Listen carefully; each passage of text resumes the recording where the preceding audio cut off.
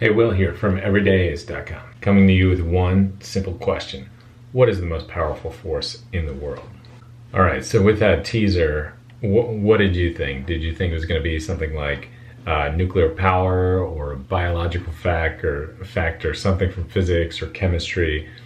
No, I think it's thought. It's the power of thought is incredibly strong, is incredibly important. It can decide if you're a pauper or a rich man, or a great father or a great mother, or successful or poor, or whatever you want to be, is what you think, and what you think you become. This has been known since Platonic times, where Plato is quoted as saying something like, that which you do most of the time is what you are. And so the thing that you think most of the time is what you become. You can write this off and say, this is kind of like The Secret kind of stuff, affirmations, thinking and you will become, and all of that pales in comparison to actually doing. And I agree, but you'll never get anywhere without thinking that you're going to be successful at doing it first.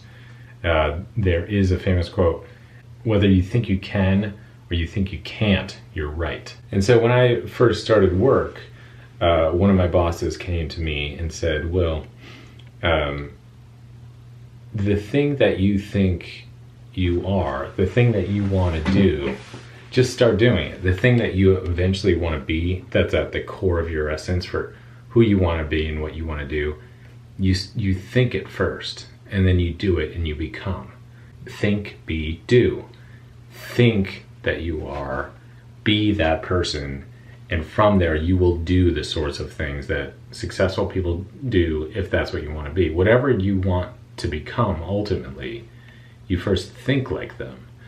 You think like them, and from that naturally come the actions that will flow from that power of thought. In Alan Greenspan's new book of the history, the economic history of the United States, the single greatest invention of the 19th century wasn't the cotton gin, wasn't any sort of military improvement. It was the formation of the company itself. The idea of the company was the most important, according to many individuals, invention of the 19th century.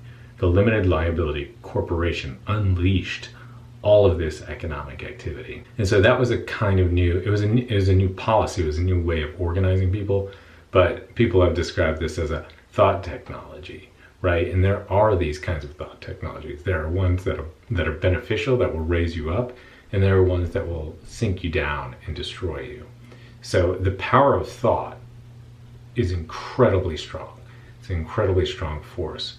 And the thing that you want to be ultimately in this world needs to start with thinking. It needs to start with the right mindset. And once you get that right mindset, all things will flow from there. So think about it.